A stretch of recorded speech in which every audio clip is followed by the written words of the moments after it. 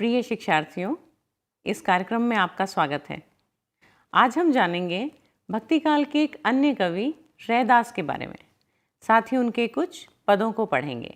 शिक्षार्थियों, आप तो जानते ही हैं कि संत किसी देश या जाति में नहीं अपितु पूरे मानव समाज की अमूल्य संपत्ति होते हैं। यह अजब संयोग है कि हमारे देश के महापुरुष और संत अपने विषय में प्राय मौन ही रहे। रैदास भी इसी प्रकार के संत थे। इससे उनकी गरिमा में सदैव वृद्धि ही हुई। कभी उनके परवर्ती शिष्यों ने उनके विषय में कुछ लिखा, तो कभी जनमानस में प्रचलित जनश्रुतियों से ही उनके जीवन और मूल्यों का कुछ बोध हमें होता है। अनेक ग्रंथों में इनके अनेक नाम प्रचलित हैं, किंतु अधिकतर विद्वानों की मान्यतानुसार इनका नाम रैदास था। कुछ पदों के आधार पर उनकी जाति, कुल, परिवार और निवास की स्थिति की कुछ जानकारी हमें मिलती है। भक्ति काल के अनुसार रैदास रामानंद के शिष्य थे। कई साक्ष्यों के अनुसार कबीर और रैदास समकालीन थे। संत रैदास ने कुल कितनी रचनाएं की, यह भी ठीक से ज्ञात नहीं है। फिर भी जो रचनाएं उपलब्ध हैं उनमें रैदास बानी, रैदास जी की साखी तथा पद और प्रहलाद लीला आदि प्रमुख हैं। शिक्षार्थियों, सामूहिक जन चेतना को जागृत करके शोषित मानवता में नवीन स्फूर्ति का संचार करने वाले उच्च कोटि के विनम्र संतों में रैदास का महत्वपूर्ण स्थान है। उन्होंने उस समय के धार्मिक आडंबरवादियों के प्रति क्षमाभाव भी प्रकट किया। भक्ति भाव में प्रतिक्षण आत्मविभोर रहते हुए भी रैदास ने समाज की आवश्यक मांगों को पहचानकर अपनी बात कही। संत रैदास की रचनाओं में भक्ति भाव के ही हमें दर्शन होते हैं। अब हम रैदास के कुछ पदों का अध्ययन करते हैं और जानते हैं कि उन्होंने इन पदों में किन भावों की अभिव्यक्ति की है।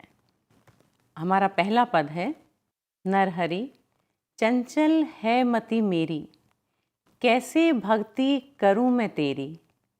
तू मोहि देखे हाँ तो ही देखूं, प्रीति परस्पर होई। तू मोहि देखे तो ही न देखूं, यह मति सब बुद्धि खोई। सब घट अंतर रमसी निरंतर, मैं देखन नहीं जाना। गुण सब तोर मोर सब अवगुण, कृत उपकार माना। मैं तैं तोरी मोरी असमझी सो, कैसे करी निस्तारा। कह रैदास कृष्ण करुणामय, जय जय जगत अधारा। इस पद में कवि रैदास ने ईश्वर के निराकार रूप का वर्णन किया है, जिसका न आदि है न अंत। दूसरी ओर भक्त माया से बंधा रहने के कारण अत्यंत चंचल रहता है। भक्त की इसी विवशता का यहाँ वर्णन किया गया है। रैदास कहते हैं, हे ईश्वर, मेरी बुद्धि अत्यंत चंचल है। आप ही बताएं कि मैं आपकी भक्ति किस प्रकार करूं।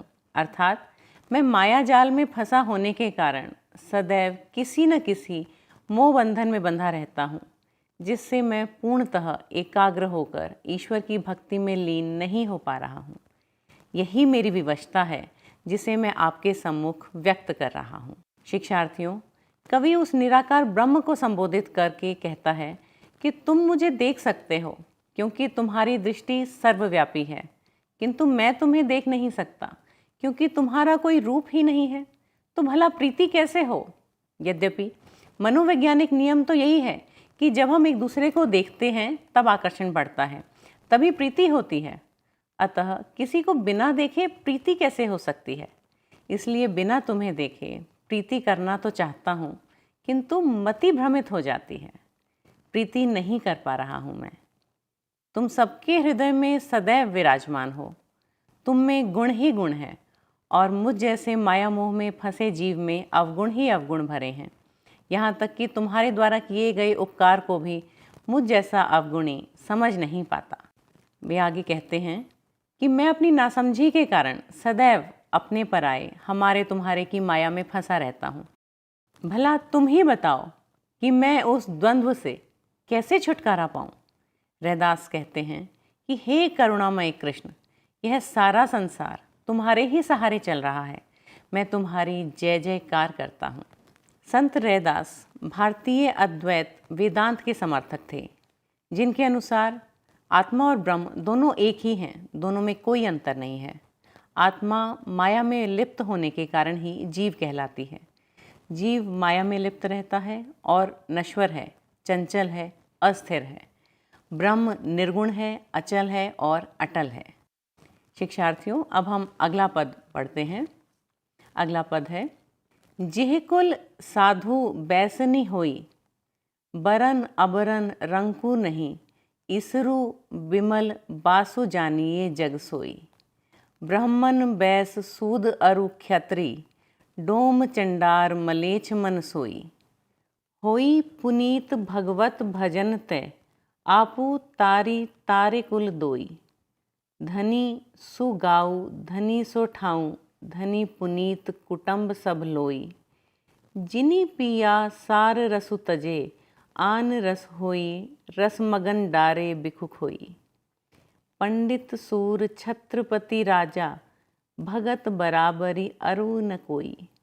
जैसे पुरैन पात्र है, जल समीप भनी, रविदास जन में जगियोई।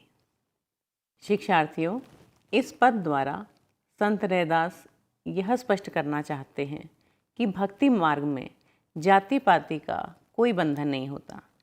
नीच कही जाने वाली जाति में जन्म लेने वाला व्यक्ति जिसके हृदय में प्रेम भक्ति का संचार है, वह उस ब्राह्मण से कहीं अधिक अच्छा है जो भगवान की भक्ति के प्रति उदासीन है।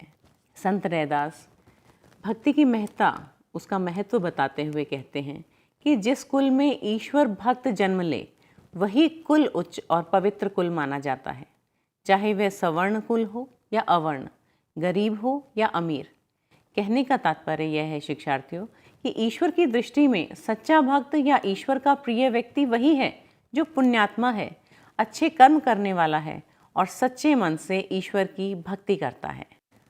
आगे की पंक्तियों में कवि अपने इन्हीं विचारों की पुष्टि में कहते हैं कि चाहे व्यक्ति किसी भी वर्ग, किसी भी जाति का क्यों न हो, यदि वह सच्चे मन और पवित्र भाव से भगवान का भजन करे तो उसे स्वयं तो मुक्ति मिलती ही है, साथ ही उसके दोनों कुल अर्थात माता पिता के कुल मुक्ति पा जाते हैं। कवि के कहने का यह तात्पर्य है कि भगवान के भजन में बहुत शक्ति है। जिन भक्तों ने ईश्वर प्रेम रूपी रस का पान कर लिया है, उन्हें सांसारिक रस में कोई आनंद नहीं आता। वह तो अपने प्रेम रूपी रस में ही मगन हो सांसारिक माया रूपी विषाक्त आकर्षणों को खोई के समान फेंक देता है। खोई अर्थात जब हम गन्ने का रस निकालते हैं तो रस निकलने के बाद जो अनुपयोगी पदार्थ बचता है उसे खोई कहा जाता है। आगे कवि भक्त की महत्ता बताते हुए कहते हैं कि पंडित, वीर, छत्रपति, राजा कोई भी क्यों न हो, वे भक्त की बराबरी कर ही नहीं सकते। भक्त तो इन सब से ऊपर है। कवि रैदास यह भी कहते हैं कि इस संसार में उसी तरह रहना चाहिए जैसे जल में कमल का पत्ता रहता है, जो जल में ही पैदा होता है और जल से ही प्राण शक्ति ग्रहण करते हुए भी जल की एक बूंद अपने ऊपर ठहरने नहीं देता और पानी के ऊपर ही तैरता रहता है। इसी प्रकार मनुष्य को भी संसार में पैदा होकर भी इसी में रहते हुए संसार से निरपेक्ष रहकर भक्ति में लीन रहना चाहिए। संत रैदास अत्यंत सहनशील और सहिष्णु संत थे, अतः जिस बात को बुरा भी मानते थे उसे बड़ी सहिष्णुता से समझाते थे। जैसे भक्ति के क्षेत्र में जाति पांति का भेदभाव वे भ्रमपूर्ण मानते थे, फिर भी वर्णाश्रम व्यवस्था पर टीका टिप्पणी न करके उन्होंने इस बात पर बल दिया कि भक्ति मार्ग पर चलने वाला हर व्यक्ति बराबर है, चाहे वह किसी जाति या व्यवसाय का हो। यद्यपि जाति व्यवस्था की जड़ें हम सभी जानते हैं कि भारतीय समाज में बहुत गहरे तक व्याप्त हैं, किंतु स्वतंत्रता के बाद भारत में अनेक संवैधानिक प्रयासों से ये जड़ें हिलाई जा चुकी हैं। शिक्षार्थियों, आप तो जानते ही हैं कि वर्तमान स्थिति में जाति की सीमा नगण्य है, न के बराबर है, अर्थात मनुष्य का कर्म ही महत्वपूर्ण है। आप ध्यान दें कि आज से हजारों वर्ष पूर्व रैदास जैसे संत कवि ने मनुष्य को इस संकीर्णता से ऊपर उठकर ईश्वर प्रेम का पाठ पढ़ाया था, जो मूल रूप से हमें नैतिकता की ओर लेकर जाता है। ईश्वर के दरबार में सब बराबर हैं, हम उसी की संतान हैं। कवि की जिन पिया सार रसू तजे आन रस होई, रसमन डारे भिखुक होई, पंक्ति में भिखुक होई में रूपक अलंकार है। सार रस भक्ति रूपी रस की ओर इंगित करता है वह। यहाँ आन रस सांसारिक आकर्षणों की ओर संकेत करता है। रसमगन से तात्पर्य भक्ति के परम रस से प्राप्त आनंद से है। जिसे इस रस का आनंद मिल जाए वह व्यक्ति सांसारिक आनंदों को विष के समान समझकर खोई अर्थात व्यर्थ पदार्थ की तरह फेंक देगा। शिक्षार्थियों, अब हम अगला पद पढ़ते हैं। प्रभु जी तुम चंदन हम पानी, जाकी अंग अंग बास समानी। प्रभु जी तुम घन बन हम मोरा, जैसे चितवत चंद चकोरा। प्रभु जी तुम दीपक हम बाती, जाकी ज्योति बरे दिन राती। प्रभु जी तुम मोती हम धागा, जैसे सोनहि मिलत सुहागा। प्रभु जी तुम स्वामी हम दासा, ऐसी भक्ति करे रैदासा। शिक्षार्थियों, इसको सुनने के बाद आपके मन में कुछ जिज्ञासाएं, कुछ भाव, कुछ विचार उठे होंगे। आइए हम उन पे विचार करते हैं। इस पद में कवि प्रभु के समक्ष स्वयं को समर्पित करते हुए ईश्वर को चंदन और स्वयं को पानी की उपमा देता है। चंदन की सुगंध भक्त के शरीर के अंग प्रत्यंग में कैसे व्याप्त है, सोचिए। कल्पना कीजिए पानी मिलाकर चंदन के घिसे जाने की। इसी तरह ईश्वर बादल, चांद, दीपक और मोती है। भक्त ने स्वयं को मोर कहा है, चकोर, बाती और धागे के रूप में व्यक्त किया है। उन सब की तुलना करते हुए कवि रैदास भक्त और भगवान के घनिष्ठ संबंधों की बात करते हैं। इस पद में जैसा कि आपको स्पष्ट भी हो गया होगा कि यहाँ दास्य भक्ति का सुंदर रूप है। भक्त का भगवान से आत्मनिवेदन है कि वह जैसा भी है भगवान के चरणों में पूर्णतया समर्पित है। उसका अपना कुछ नहीं, जो कुछ है वह ईश्वर का प्रकाश और प्रसाद है। संत रैदास ने इस पद में ईश्वर और दास का अटूट संबंध व्यक्त करते हुए आराध्य के प्रति पूर्ण समर्पण भाव की अभिव्यक्ति की है। भगवान के प्रति सच्चा प्रेम ही सर्वोपरि है, सबसे ऊपर है, और भक्त को निरंतर भगवान की उपासना में लगे रहना चाहिए। भक्त उस पपीहे की भांति है जो स्वाति की बूंद रूपी ईश्वर के लिए एकाग्र होकर प्रतीक्षा करता है। भक्त और भगवान का यह मिलन चंदन और पानी तथा सोने और सुहागे की भांति होना चाहिए। इस प्रकार यह प्रेम आत्मनिवेदन से पूर्ण है, जिसमें भक्त स्वयं को परमात्मा के चरणों में पूर्णतया विलीन कर देना चाहता है। यहाँ संत रैदास ने स्वयं को भगवान का दास माना है। इसे दास्य भाव की भक्ति कहते हैं, जहाँ भक्त अपना सर्वस्व अपने प्रभु को समर्पित कर देता है। कवि स्पष्ट करना चाहता है कि भक्त की महत्ता तभी बढ़ती है जब ईश्वर का उसे संपर्क मिलता है। दोनों एक दूसरे से अनन्य रूप से जुड़े हुए हैं। जब भक्त में मैं की भावना, अहंकार की भावना समाप्त हो जाती है, तभी वह ईश्वर के पास पहुंच पाता है। सामान्य रूप से सोने में सुहागा का प्रयोग मुहावरे के अर्थ में किया जाता है, जिसका अर्थ होता है कि किसी विशेष वस्तु में दूसरी वस्तु के मेल से उसमें विशिष्ट गुण का समावेश हो जाना। तात्पर्य यह है कि सोने जैसी बहुमूल्य वस्तु जब सुहागे से मिलती है तो वह और भी निखर जाती है और उसकी दमक और बढ़ जाती है और सुहागे का अस्तित्व समाप्त हो जाता है। अर्थ यह है कि जब भक्त और भगवान का भेद समाप्त हो जाए, खत्म हो जाए, तभी भक्ति सार्थक होती है। जैसा कि आपने देखा, काव्य की व्याख्या करते हैं अथवा उसकी सराहना करते हैं, उसका विश्लेषण करते हैं, तो हम देखते हैं कि कवि विभिन्न अलंकारों को अपनी अभिव्यक्ति में शामिल करता है, अपनी कविता में शामिल करता है। तो आज हम जानते हैं कि उपमा अलंकार किसे कहते हैं। जहाँ पर एक वस्तु की तुलना दूसरी वस्तु से की जाती है, वहाँ उपमा अलंकार होता है। जैसे किसी सुंदर स्त्री के मुख की तुलना यदि चंद्रमा से की जाए तो वहाँ पर उपमा अलंकार होगा। इसमें जिस वस्तु की तुलना, अर्थात हम यहाँ पर स्त्री के मुख की तुलना कर रहे हैं, उसे उपमेय कहा जाता है, और जिस वस्तु से तुलना की जा रही है, जैसे चंद्रमा, हम यहाँ पर स्त्री के मुख की तुलना चंद्रमा से कर रहे हैं, तो उसे उपमान कहते हैं। अब हम जानते हैं कि रूपक अलंकार किसे कहा जाता है। यदि यहीं पर स्त्री के मुख की तुलना किसी ऐसी वस्तु से की जाती कि मुख और उस वस्तु में अंतर करना, भेद करना कठिन हो जाता, तब यहाँ पर रूपक अलंकार होता। क्योंकि जहाँ पर उपमेय और उपमान में आरोप दिखाई देता है, अर्थात वे बिल्कुल एक रूप हो जाते हैं, वहाँ पर रूपक अलंकार होता है। तो शिक्षार्थियों, आपको स्पष्ट हुआ कि रूपक और उपमा अलंकार किसे कहते हैं। आप रैदास के इन पदों में इन अलंकारों की खोज कर सकते हैं, इन्हें पहचान सकते हैं। हमने जो दूसरा पद पढ़ा उसमें भिखु खोई में रूपक अलंकार है। आपको स्पष्ट ही हो गया होगा कि यहाँ रूपक इसलिए है क्योंकि यहाँ पर उपमेय यानी भिखु अर्थात विष और उपमान खोई में इतनी समानता है, इतनी अंतरंगता है कि दोनों एक ही दिखाई दे रहे हैं। तो इस प्रकार से आप इन पदों में रूपक और उपमा के अन्य उदाहरण भी खोज सकते हैं। अब हम जानते हैं कि दृष्टांत अलंकार किसे कहते हैं। जहाँ पर उपमेय तथा उपमान में बिंब प्रतिबिंब का भाव झलकता हो, वहाँ पर दृष्टांत अलंकार होता है। उदाहरण के लिए, कान्हा कृपा कटाक्ष की करे कामना दास, चातक चित में चेत ज्यों स्वाति बूंद की आस। इसमें कृष्ण की आँखों की तुलना स्वाति नक्षत्र के पानी से तथा सेवक अथवा भक्त की तुलना चातक पक्षी से की गई है, किंतु यहाँ उपमा अलंकार न होकर दृष्टांत अलंकार होगा, क्योंकि तुलना उदाहरण अर्थात दृष्टांत के साथ की गई है। अब तक आपने कबीर, तुलसीदास आदि द्वारा लिखे हुए दोहे पढ़े होंगे।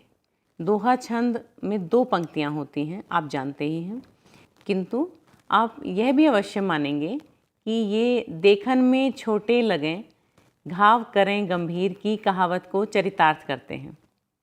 अब हम रैदास जी के कुछ दोहे पढ़ते हैं। जिन दोहों का हम अध्ययन करेंगे, उन सभी दोहों में उन्होंने ईश्वर भक्ति की महिमा का गुणगान किया है। पहला दोहा है, हरी सा हीरा छाड़ी करी करें आन की आस, तै नर जमपुरी जाई सी सती भाषे रैदास। कवि रैदास का सत्य कथन है कि ईश्वर भक्ति जैसा हीरा बड़े यत्नों से मिलता है।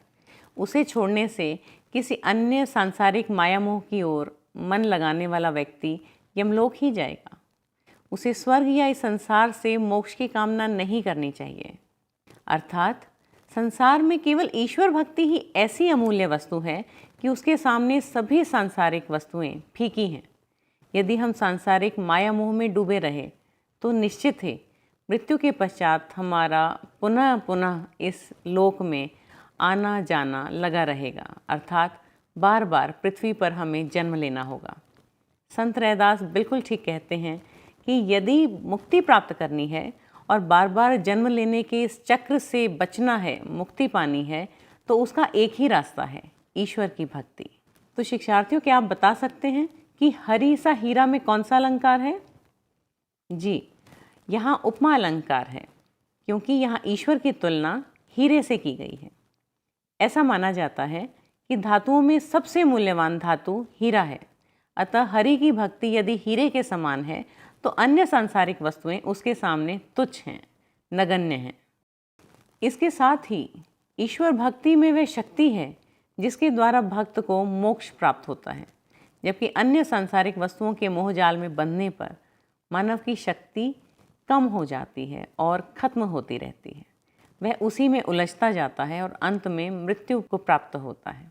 इसी सत्य की ओर कवि का संकेत है इस दोहे में दिया गया है। संत रैदास ने मनुष्य योनि को सर्वश्रेष्ठ माना है और उनके अनुसार यही जन्म भगवत भक्ति और साधना के लिए स्वर्णिम अवसर है।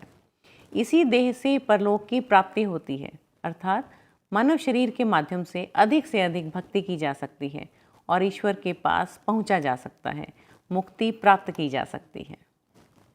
शिक्षार्थियों, अब हम अगला दोहा पढ़ते हैं। अगला दोहा है, रैदास कहे जाके हृदय रहे रैनी दिन राम, सो भगता भगवान समी क्रोध न व्यापे काम। इस दोहे में भक्ति की महत्ता बताई गई है। सदाचरण के लिए काम, क्रोध, लोभ, मोह आदि को त्याज्य अर्थात त्याग करने योग्य माना गया है। संत रैदास के विचारानुसार जिसके हृदय में रात दिन राम का नाम है, राम का वास है, वह भक्त भगवान के समान है। ऐसे भक्त को काम, क्रोध आदि की माया नहीं सताती, क्योंकि वह इन सभी जंजालों से अपने को मुक्त कर स्वयं को नियंत्रित करके ईश्वर भक्ति के परम पद पर पहुंच चुका है। ऐसा माना जाता है कि काम, क्रोध, लोभ, मोह सांसारिक माया मोह है। जब तक मनुष्य इन बंधनों में उलझा रहता है, तब तक वह सच्ची भक्ति कर ही नहीं पाता। एक बार वह भक्ति के सच्चे मार्ग पर चल पड़े, तब इनकी माया उसे नहीं सताएगी, क्योंकि तब तक भक्त अपने ईश्वर में विलीन हो चुका होगा। यह भक्ति साधना की उच्चतम स्थिति है, जहाँ भक्त ब्रह्म को पहचान कर उसमें एकाकार हो जाने का अनुभव करने लगता है, और तब वह सांसारिक आकर्षणों से बहुत दूर चला जाता है। अब हम अगला दोहा पढ़ते हैं। जा देशे घिण उपजे नरक कुंड है वास, प्रेम भक्ति तै उधरे प्रगट जन रैदास। रैदास ने समाज में प्रचलित जाति प्रथा के कारण कुछ वर्णों में व्याप्त हीन ग्रंथि को उखाड़ फेंकने के लिए भक्ति का सहारा लिया।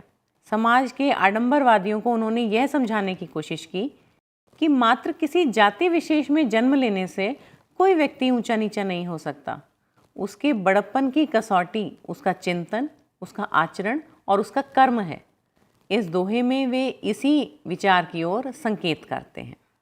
रैदास जी इस दोहे में कहते हैं, सामाजिक दृष्टि से नीची कही जाने वाली जातियाँ, जिन्हें देखकर ही उच्च वर्ग के लोग घृणा से मुख मोड़ लेते हैं, वे लोग जिन बस्तियों में रहते हैं वे नरक के समान गंदी हैं। किंतु उन्हीं में से कोई भी मनुष्य ईश्वर भक्ति और प्रेम के बल पर अपने चिंतन और आचरण से प्रभु का भक्त भी बन सकता है। उदाहरण देते हुए वे कहते हैं कि रैदास स्वयं भक्ति कर इससे उबर चुके हैं, अर्थात रैदास जिन्हें निम्न जाति में पैदा होने का बोध सदा सताता रहता था, वे निम्न कुल में पैदा होने के कारण सदैव घृणा के पात्र रहे। लोगों की दृष्टि में उनका निवास नरक कुंड था, क्योंकि वहाँ दिन रात चमड़े की बदबू से वातावरण दूषित रहता था। वहीं रहकर स्वयं रैदास ईश्वर भक्ति के बल पर समाज के लिए आदर्श बनकर प्रकट हुए। छोटी जाति में जन्म लेकर भी रैदास ने उच्चतम संस्कार विकसित किए और वे अपने युग के महामानव बने। इस प्रकार रैदास ने अपने कुल, अपनी जाति और जन्म पर स्वाभिमान प्रकट किया है। इन्होंने आचरण और कर्म की गरिमा की केवल बात ही नहीं की, बल्कि अपना उदाहरण स्वयं प्रस्तुत किया और सामाजिक चेतना को एक नवीन दिशा दी। रैदास ने ज्ञान के सहारे ही अनन्य प्रेम की सीढ़ी चढ़कर ब्रह्म को प्राप्त किया। वे मानते हैं कि माया मोह से घिरा हुआ व्यक्ति घृणा का पात्र होता है, उसका निवास भी नर्क के समान प्रतीत होता है। किंतु यदि इसी व्यक्ति के हृदय में ईश्वर के प्रति भक्ति और प्रेम पैदा हो जाए, उसके ज्ञान चक्षु खुल जाएं, वह ईश्वर को पहचान ले, तो वह सच्चा भक्त कहला सकता है। संत रैदास अपने आचरण में मूलतः संत थे और साधना में लीन रहते थे। उनकी भक्ति सहज और सरल थी। आप जान ही चुके हैं कि रैदास निराकार ब्रह्म में ही विश्वास रखते थे और उन्हें ही अपना ईश्वर मानते थे। उन्होंने परमात्मा को कृष्ण, राम, गोविंद आदि के नाम से स्मरण किया है। वे विद्वान नहीं थे, किंतु उनकी वाणी का स्रोत वह स्थान था जहाँ मात्र साधक ही पहुँच सकता है। शिक्षार्थियों, संत रैदास ने दोहों और पदों में काव्य रचनाएं की। इनके काव्य में रसानुभूति और आध्यात्मिक विचारों की झलक है और ये सभी पद गेय हैं, अर्थात इन्हें गाया जा सकता है और ये विभिन्न राग रागनियों में बंधे हुए हैं। शिक्षार्थियों, यहाँ मैं आपको स्पष्ट कर दूं कि संत रैदास की काव्य रचना का जो उद्देश्य था वह साहित्य सृजन बिल्कुल नहीं था। पहले वे भक्त थे, बाद में कवि। फिर भी अपने विचार व्यक्त करने के लिए उन्होंने जिस काव्य की रचना की वह संत परंपरा के किसी कवि की तुलना में कहीं भी कम नहीं थी। उनमें काव्य प्रतिभा थी, इसी कारण जनता के समक्ष जो विचार वे रखना चाहते थे उसमें वे पूर्णतया सफल रहे। अपनी अनुभूतियों के संप्रेषण के लिए उन्होंने भावनाओं को सहज रूप में लिया और अपनी रचनाओं में व्यंजनाओं का प्रयोग किया। शिक्षार्थियों, आपने रैदास की विभिन्न रचनाओं में भी देखा कि वैराग्य और साधना से युक्त उनकी भाषा में विनम्रता और आत्मसम्मान का भाव है।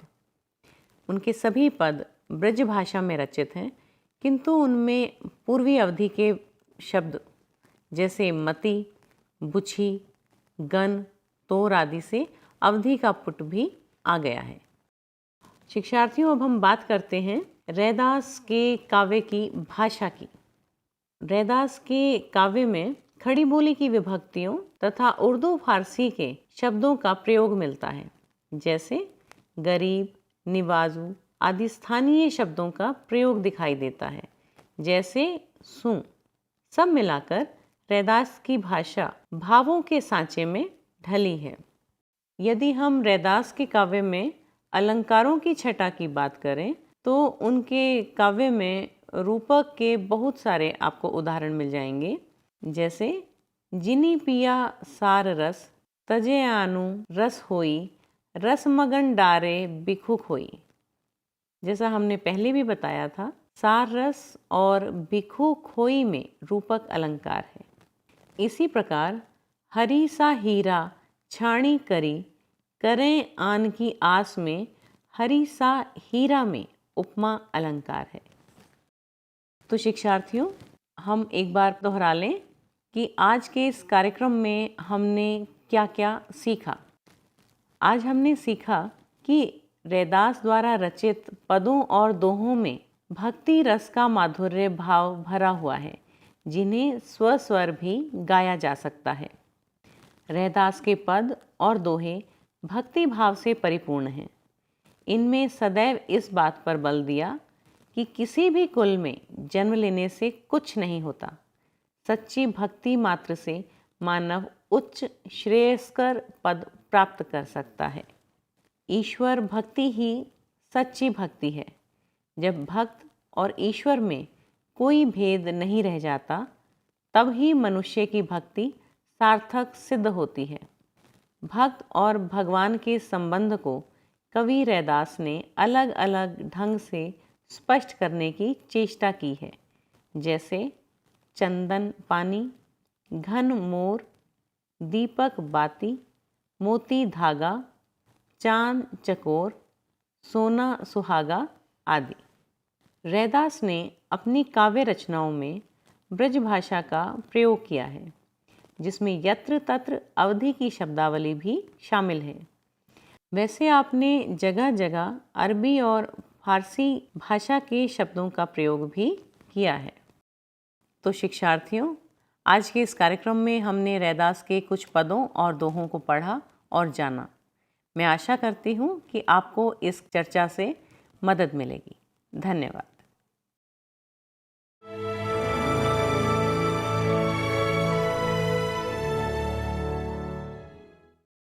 हिंदुस्तान के हर कोने में नौजवानों के पास प्रतिभा है, उन्हें अवसर चाहिए। NIOS देता रहा है युवाओं को अवसर आगे बढ़ने का। NIOS से पढ़ने वाले इन युवाओं ने किया है संस्थान को गौरवान्वित। दिव्यांगों ने बन के दिखाया है सबल और आत्मनिर्भर। NIOS के साथ आप भी जुड़िए NIOS के संग।